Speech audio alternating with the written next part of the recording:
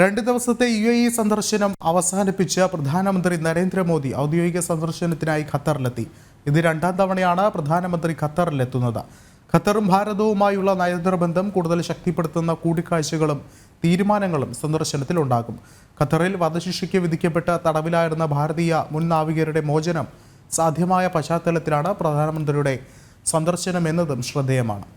കൂടുതൽ വിവരങ്ങളുമായി ഇന്റർനാഷണൽ ഡെസ്കിൽ നിന്നും ഐസൺ ജോസ് ചേരുന്നുണ്ട്. ഐസൺ, പ്രധാനമന്ത്രിയുടെ ഈ ഒരു ഖത്തർ സന്ദർശനത്തെ എങ്ങനെ നോക്കിക്കാണാം? തീർച്ചയായും വിഷ്ണു, പ്രധാനമന്ത്രിയുടെ ഖത്തർ സന്ദർശനം ഏറെ പ്രാധാന്യമർഹിക്കുന്നുണ്ട് എന്നത് തന്നെയാണ് യാഥാർത്ഥ്യം. കാരണം നമുക്ക് എടുത്തു പറയേണ്ട ഒരു വസ്തുത, ഇരു രാജ്യങ്ങളും തമ്മിലുള്ള ഉഭയകക്ഷി ചർച്ചകൾക്കപ്പുറം പശ്ചിമേഷ്യയിലെ ആ ഒരു സമാധാന ശ്രമത്തിനുള്ള നീക്കങ്ങളുടെ ഭാഗമായി കൂടി ഖത്തർ ഭാരതത്തെ പ്രതീക്ഷിക്കുന്നു. അതുപോലെ തന്നെ ഭാരതം ഖത്തറിൻ്റെ ഇടപെടൽ മറ്റു വിഷയങ്ങളിലും പ്രതീക്ഷിക്കുന്നു. അതുപോലെ തന്നെ ഉഭയകക്ഷി ബന്ധങ്ങളിലും പ്രതീക്ഷിക്കുന്നു എന്നതാണ് ഈ സന്ദർശനത്തിൻ്റെ പശ്ചാത്തലം എന്നതൊരു വസ്തുതയായി തന്നെ അന്താരാഷ്ട്ര നിരീക്ഷകർ ചൂണ്ടിക്കാണിക്കുന്നുണ്ട്. ഖത്തർ അമീർ ഷെയ്ഖ് താമിം ബിൻ ഹമദ് അൽ താനിയുമായി കൂടിക്കാഴ്ച നടത്തുന്നതിനുള്ള നീക്കങ്ങൾ ഉണ്ടാകുമെന്ന് തന്നെ നേരത്തെ പ്രധാനമന്ത്രിയുടെ ഭാഗത്തു നിന്ന് തന്നെ വെളിപ്പെടുത്തൽ ഉണ്ടാവുകയും ചെയ്തിരുന്നു. നേരത്തെ വിഷ്ണു സൂചിപ്പിച്ചതുപോലെ പല പോസിറ്റീവ് സൈൻസും ഇരു രാജ്യങ്ങളും തമ്മിലുള്ള ബന്ധത്തിൽ വളരെ ശക്തമായി ഉണ്ട് എന്നത് മറ്റൊരു പ്രത്യേകതയാണ്. നമുക്കറിയാവുന്നതാണ്, 8ഓളം നാവികരെ മോചിപ്പിക്കുന്നതിനുള്ള നീക്കങ്ങൾ നടത്തിയതും അത് വളരെ വേഗത്തിൽ കാര്യക്ഷമമായി നടപ്പാക്കിയതും അതിന് നരേന്ദ്രമോദി സർക്കാരും അതുപോലെ ഖത്തറിലെ സർക്കാരും തമ്മിലുണ്ടായ ആ ഒരു ഇടപെടലുമെല്ലാം തന്നെ കാര്യക്ഷമമായ ബന്ധം ഇരു രാജ്യങ്ങളും തമ്മിൽ നിലനിൽക്കുന്നു എന്നതിന് ഏറ്റവും വലിയ തെളിവാണ്. കാരണം ഒരു 3-4 വർഷം മുമ്പാണെങ്കിൽ ഇത്തരമൊരു സാധ്യത പോലുമില്ലാത്തൊരു സാഹചര്യത്തിൽ നിന്ന് അടിയന്തരമായി 8ഓളം നാവികരെ കുറ്റം ആരോപിക്കപ്പെട്ട 8ഓളം നാവികരെ വധശിക്ഷയ്ക്ക് വിധിക്കപ്പെട്ട ഭാരതീയരായ നാവികരെ തിരിച്ചു കൊണ്ടുവരാൻ സാധിച്ചു എന്നത് ഖത്തർ ഭാരതത്തോട് സൂക്ഷിക്കുന്ന ഒരു നല്ല നയതന്ത്ര ബന്ധത്തിൻ്റെ അടിസ്ഥാന തത്വം തന്നെയാണ്. മറ്റു വാണിജ്യ ബന്ധങ്ങൾ അതിശക്തമായി നിലനിൽക്കുന്ന രണ്ട് രാജ്യങ്ങളാണ്. കാരണം ദ്രവീകൃത പ്രകൃതിവാതകത്തിൻ്റെ വലിയൊരു കസ്റ്റമറാണ് ഭാരതം. അതുപോലെ തന്നെ ഭാരതത്തിൻ്റെ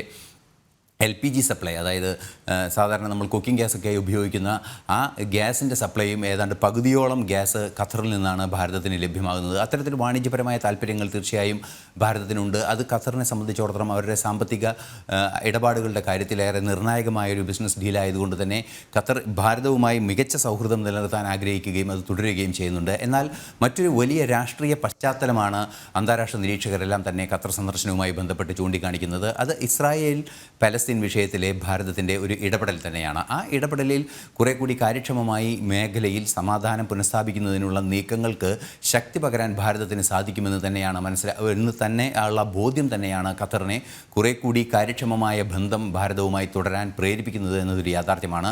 തീർച്ചയായും ഖത്തറും ഭാരതവും തമ്മിലുള്ള ഒരു അന്താരാഷ്ട്ര ബന്ധം അല്ലെങ്കിൽ ഒരു ഉഭയകക്ഷി ബന്ധം എന്നതിനപ്പുറം പശ്ചിമേഷ്യയിലെ സമാധാന പുനഃസ്ഥാപനത്തിനുള്ള ഒരു അംബാസഡറായി അല്ലെങ്കിൽ ഒരു സമാധാനത്തിൻ്റെ ദൂതനായി നരേന്ദ്രമോദിയെ ഖത്തർ കാണുന്നു എന്ന് തന്നെ നമുക്ക് വിലയിരുത്താൻ സാധിക്കും. സ്വാഭാവികമായും ഖത്തർ അമീറുമായി കൂടിക്കാഴ്ച നടത്തുകയും തുടർ നടപടികളിലേക്ക് നീങ്ങുകയും ഒക്കെ ചെയ്യുന്ന ഒരു സാഹചര്യമുണ്ടായാൽ തീർച്ചയായും വലിയൊരു മുന്നേറ്റത്തിനുള്ള സാധ്യത ഇരു രാജ്യങ്ങളും തമ്മിലുള്ള ബന്ധത്തിൽ ഉണ്ടാകുമെന്നത് ഒരു വസ്തുത തന്നെയാണ്. അയൽരാജ്യമായ യുണൈറ്റഡ് അറബ് എമിറേറ്റ്സ് വളരെ കൃത്യമായ ഒരു രാഷ്ട്രീയ, സാംസ്കാരിക, സാമ്പത്തിക ഇടപാട് ഭാരതവുമായി നടത്തുന്നു. നമുക്കറിയാവുന്നതാണ്, ഇന്നലെ നടന്ന ക്ഷേത്രത്തിൻ്റെ ഉദ്ഘാടനം ഉൾപ്പെടെയുള്ള വിശാലമായ ഒരു ഭൂമിക ഭാരതത്തിന് തുറന്നു കൊടുക്കുന്ന ഒരു സാഹചര്യത്തിൽ തീർച്ചയായും അറബ് രാജ്യങ്ങൾക്കിടയിൽ അതിശക്തമായൊരു സ്വാധീനത്തിന് ഭാരതത്തിന് കഴിയുന്നു.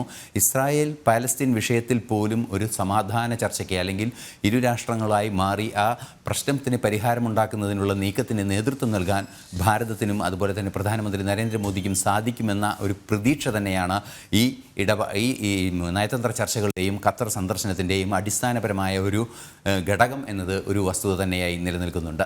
വിഷ്ണു, ഐസൺ, അതോടൊപ്പം തന്നെ ഇത്തരത്തിൽ നമുക്കറിയാം, കഴിഞ്ഞ ദിവസം UAE എത്തിയപ്പോഴും വളരെ വലിയ രീതിയിലൊരു ഊഷ്മളമായ സ്വീകരണമാണ് പ്രധാനമന്ത്രി നരേന്ദ്രമോദിക്ക് ലഭിച്ചത്. ഇപ്പം തന്നെ ഇപ്പോൾ ഖത്തറിൽ അദ്ദേഹം എത്തുമ്പോൾ ഏറ്റവും കൂടുതൽ കാത്തിരിക്കുന്നത് അവിടുത്തെ ഭാരതീയ സമൂഹമാണ്.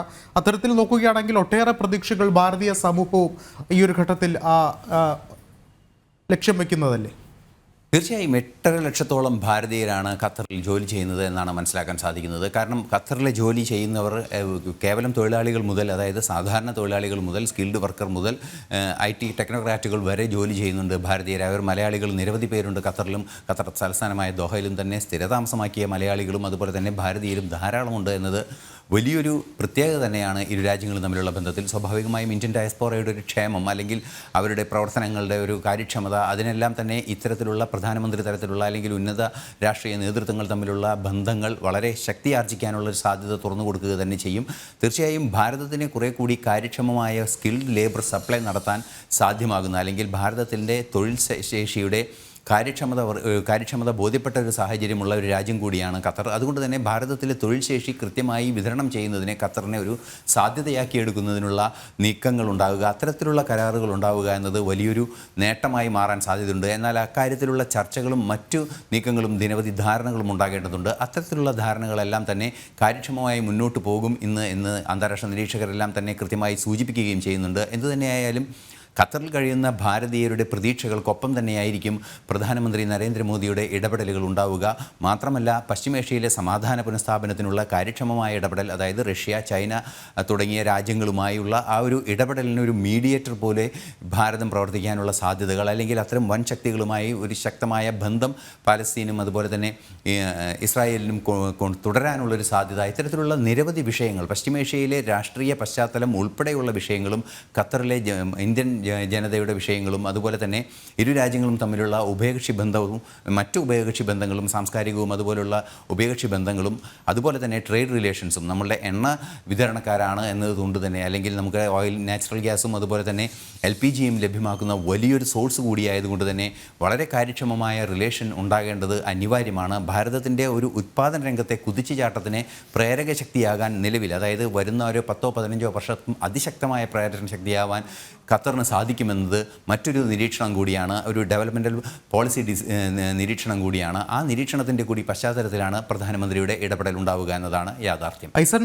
മറ്റൊരു കാര്യം നമുക്കറിയാം, കഴിഞ്ഞ ദിവസമാണ് ഇത്തരത്തിൽ ഖത്തറിൽ തടവിലായിരുന്ന ഇന്ത്യയിലെ ഭാരതത്തിലെ മുൻ നാവികസേന ഉദ്യോഗസ്ഥർ നാട്ടിലേക്ക് തിരിച്ചെത്തിയത്. ആ ഒരു സാഹചര്യത്തിൽ കൂടിയാണ് പ്രധാനമന്ത്രിയുടെ ഇന്നത്തെ ഈ ഒരു സന്ദർശനം. അത്തരത്തിൽ നോക്കുകയാണെങ്കിൽ ലോകരാജ്യങ്ങൾക്ക് ഭാരതം ഒരുപക്ഷെ മറ്റൊരു മാതൃക കൂടിയാവുകയില്ലേ ഇത്തരത്തിൽ തങ്ങളുടെ പൗരന്മാരെ സംരക്ഷിക്കുന്നതിലും ചേർത്ത് പിടിക്കുന്നതിലുമൊക്കെ? തീർച്ചയായും വിഷ്ണു, ലോകരാഷ്ട്രങ്ങൾക്ക് ഇത്തരമൊരു മാതൃക, അതായത് ഭാരതത്തിൻ്റെ ഭാഗത്തു നിന്ന് ഇത്തരമൊരു മാതൃക ആദ്യമായി തന്നെ എന്ന് സൂചിപ്പിക്കാൻ സാധിക്കും. കാരണം ഖത്തറിൽ വധശിക്ഷയ്ക്ക് വിധിക്കപ്പെട്ടവരെ ഖത്തറിൽ തന്നെ അപ്പീൽ കോടതിയിലെത്തി അപ്പീൽ കോടതിയിൽ അവരുടെ വധശിക്ഷ കൃത്യമായി പ്രതിരോധിക്കുന്നതിനുള്ള നീക്കം നടത്താൻ, നയതന്ത്ര തരത്തിലുള്ള നീക്കം നടത്താനും തുടർന്ന് അവരെ വിട്ടയക്കാനുള്ളൊരു ധാരണയിലേക്ക് എത്താനും സാധിച്ചു ഭാരതത്തിന് എന്നത് ഏറെ വലിയൊരു നേട്ടമായി തന്നെയാണ് കണക്കാക്കപ്പെടുന്നത്. കാരണം ലോകരാഷ്ട്രങ്ങളെല്ലാം തന്നെ അവരുടെ പൗരന്മാരെ, തങ്ങളുടെ രാജ്യാതിർത്തിക്ക് പുറത്തുള്ള പൗരന്മാരെ സംരക്ഷിക്കുന്നതിൽ ജാഗരൂകരാണ്. അതുപോലെ തന്നെ ഭാരതവും ഏറെ ശക്തമായും കാര്യക്ഷമമായും ഇടപെടുന്നു എന്ന് തന്നെയാണ് ഈ സൂചനകളിൽ നിന്നും അല്ലെങ്കിൽ ഈ ഒരു ആക്ഷനിൽ നിന്നും നമുക്ക് മനസ്സിലാക്കിയെടുക്കാൻ സാധിക്കുന്നത്. അത്തരത്തിൽ ഭാരത പൗരന്മാരുടെ സുരക്ഷ ഉറപ്പാക്കുന്നു എന്നതുകൊണ്ട് തന്നെ ഇതിൻ്റെ മറ്റൊരു സൂചന കൂടി നമുക്ക് ലഭ്യമാകുന്നത് കഴിഞ്ഞ ദിവസം പോലും പ്രധാനമന്ത്രി നരേന്ദ്രമോദി ലോക ഗവൺമെൻറ്റുകളുടെ സമ്മേളനത്തിൽ വളരെ കൃത്യമായി പറയുന്ന ഒരു സാഹചര്യം ഉണ്ടായിരുന്നു. അതായത് അന്താരാഷ്ട്ര തലത്തിൽ ആധുനിക സാങ്കേതിക വിദ്യയുടെയും മറ്റും ഫലങ്ങൾ തെറ്റായി ഉപയോഗിക്കുന്ന ഒരു സാഹചര്യം ഒഴിവാക്കുക, ക്രോസ് ബോർഡർ ടെററിസം ഒഴിവാക്കുക, അതുപോലുള്ള നീക്കങ്ങൾ, നിരവധിയായ നീക്കങ്ങളുണ്ട്. ഖത്തറിനെ സംബന്ധിച്ചിടത്തോളം അത്തരത്തിലുള്ള അതിർത്തി കടന്നുള്ള തീവ്രവാദത്തെ പ്രതിരോധിക്കുന്നതിന് കാര്യക്ഷമമായി ഇടപെടാൻ സാധിക്കുന്ന ഒരു രാജ്യമാണ് എന്നത് ഈ അടുത്ത ദിവസങ്ങളിലെ പ്രകടനങ്ങളിൽ നിന്നെല്ലാം തന്നെ മനസ്സിലാക്കാനും സാധിക്കുന്നുണ്ട്. അതുകൊണ്ട് തന്നെ അന്താരാഷ്ട്ര തലത്തിൽ തീവ്രവാദ വിരുദ്ധ സഖ്യമുണ്ടാക്കുക എന്നൊരു നീക്കത്തിൻ്റെ ഭാഗമായി അതിർത്തി കടന്നുള്ള തീവ്രവാദം പ്രതിരോധിക്കുന്നതിനുള്ള ധാരണകളിലേക്ക് കാര്യങ്ങൾ കൊണ്ടുപോകുന്നതിനുള്ള കൃത്യമായ ഒരു ഇടപെടൽ നടക്കും എന്ന് തന്നെയാണ് ഖത്തറിൻ്റെ ഈ വിട്ടയച്ചതിലൂടെ, അതായത് ഇത്തരത്തിൽ വധശിക്ഷയ്ക്ക് വിധിക്കപ്പെട്ട ഭാരതീയരെ വിട്ടയച്ചതിലൂടെ, ആ ജസ്റ്ററിലൂടെ നമുക്ക് മനസ്സിലാക്കാൻ സാധിക്കുന്നത്. തീർച്ചയായും ആ ഒരു സൂചന കൃത്യമായി നിരീക്ഷിക്കുകയാണെങ്കിൽ ഖത്തർ വീണ്ടും ബന്ധങ്ങൾ ശക്തമായി തുടരാൻ ആഗ്രഹിക്കുന്നു. പ്രധാനമന്ത്രി അവിടെ എത്തുന്നതിന് മുമ്പ് തന്നെ ഭാരതീയ പൗരന്മാരെ ഭാരതത്തിൽ എത്തിച്ചതിന് ശേഷം പ്രധാനമന്ത്രി എത്തുന്നു എന്നത് ഏറെ ഗൗരവമേറിയതും ഏറെ പോസിറ്റീവായതുമായ ഒരു സൈനാണ് അന്താരാഷ്ട്ര റിലേഷനുകളിൽ കൃത്യമായി മനസ്സിലാക്കാൻ സാധിക്കുന്നുണ്ട്. ഏറെ സങ്കീർണമായിരുന്നു ഇവരുടെ മോചനം, അത്തരത്തിലുള്ള പ്രശ്നങ്ങളെല്ലാം തന്നെ. എങ്കിലും ആ മോചനം സാധ്യമായി ഒരു അന്താരാഷ്ട്ര കോടതിയിലേക്ക് റഫർ ചെയ്യപ്പെടുന്ന ഒരു സാഹചര്യത്തിലേക്ക് കാര്യങ്ങൾ പോകാതെ, അതായത് ഹേഗിലെ ഇൻ്റർനാഷണൽ കോർട്ട് ഓഫ് ജസ്റ്റിസിലേക്കൊക്കെ ഈ കേസ് മാറ്റിവരുന്ന ഒരു രീതിയാണ് സാധാരണഗതിയിലുണ്ടാവുക. അതിന് പകരം അത്തരത്തിലുള്ള നീക്കങ്ങളൊന്നും ഉണ്ടാകാതെ 8 പേരെയും സുരക്ഷിതരായി നാട്ടിലെത്തിക്കാൻ, മലയാളി ഉൾപ്പെടെയുള്ള 8 പേരെയും സുരക്ഷിതമായി നാട്ടിലെത്തിക്കാൻ സാധിച്ചു എന്നത്, അല്ലെങ്കിൽ അതിനെ ഖത്തർ അനുവദിച്ചു എന്നത് തന്നെ വളരെ പോസിറ്റീവായ ഒരു സൂചനയായി തന്നെ കണക്കാക്കേണ്ടതുണ്ട്. അങ്ങനെയാണെങ്കിൽ അന്താരാഷ്ട്ര തലത്തിലുള്ള വലിയ ധാരണകൾക്കുള്ള നീക്കങ്ങളുടെ ഒരു ആദ്യ ചുവടുവയ്പ്പായിരിക്കും പ്രധാനമന്ത്രി നരേന്ദ്രമോദിയുടെ സന്ദർശനം എന്നതും ഒരു യാഥാർത്ഥ്യമാണ്. യെസ്, വ്യക്തമാണ്. 2 ദിവസത്തെ UAE സന്ദർശനം അവസാനിപ്പിച്ച് പ്രധാനമന്ത്രി നരേന്ദ്രമോദി ഔദ്യോഗിക സന്ദർശനത്തിനായി ഖത്തറിലെത്തിയിരിക്കുകയാണ്. ഇത് 2ാം തവണയാണ് പ്രധാനമന്ത്രി ഖത്തറിലെത്തുന്നത്. ഖത്തറും ഭാരതവുമായുള്ള നയതന്ത്രബന്ധം കൂടുതൽ ശക്തിപ്പെടുത്തുന്ന കൂടിക്കാഴ്ചകളും തീരുമാനങ്ങളും സന്ദർശനത്തിൽ ഉണ്ടാകും. ഖത്തറിൽ വധശിക്ഷയ്ക്ക് വിധിക്കപ്പെട്ട തടവിലായിരുന്ന ഭാരതീയ മുൻ നാവികരുടെ മോചനം സാധ്യമായ പശ്ചാത്തലത്തിൽ കൂടിയാണ് പ്രധാനമന്ത്രിയുടെ സന്ദർശനമെന്നതും ശ്രദ്ധേയമാണ്. ഐസൻ ജോസാണ് വിശദമായ റിപ്പോർട്ടുകൾ പങ്കുവച്ചത്.